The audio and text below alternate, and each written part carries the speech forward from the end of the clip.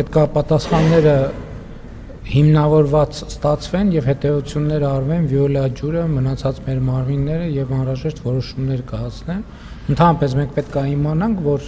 նաեւ Հայաստանում ջրամատակարարման համակարգը լայնորեն քայքայված է եւ այդտեղ լուրջ ներդրումներ են անհրաժեշտ,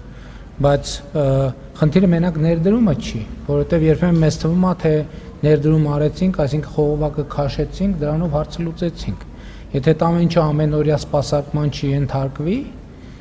ելի մենք ունենալու ենք նույն խնդիրները։ Ամենօրյա սպասարկման համար հարկավոր են որոշակի ներդրումներ, եւ այդ ներդրումները ընդհանրապես սխեմաներ ինչպես է աշխատում են այդ ամեն ինչը, այդ ռիսկերի կառավարումը նաեւ որոշակիորեն ներառվում է նաեւ սակագների մեջ եւ մենք պետք է նաեւ առերեսվենք այս խնդրի հետ, որովհետեւ այսօր բազմաթիվ բնակավայրեր կան, ես հիշում եմ իմ այցելությունը Հանրապետության գյուղերից մեկը դեռ պատգամավոր է այդ ժամանակ, եւ որ ես տեսա, որ մարդիկ իրենց տներում ֆիլտրեր դրած օգտվում են ջրից, որովհետեւ իրենք հրաժարվել են ջրաչափ տեղադրել, կենտրոնացված համակարգից օգտվել եւ այլն, ես հիշում եմ այդ ֆիլտրերը եւ այդ ֆիլտրերի տակ նստած տիղմի շերտի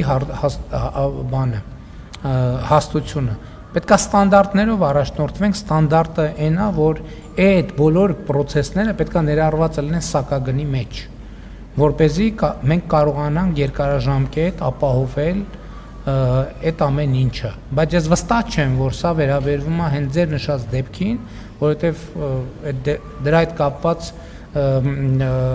շատ մանրամասներ չգիտեմ, գիտեմ այնքան, ինչքան որ եւ գիտեմ, որ ընթացքի մեջ է հարցի պարզաբանումը եւ պետք է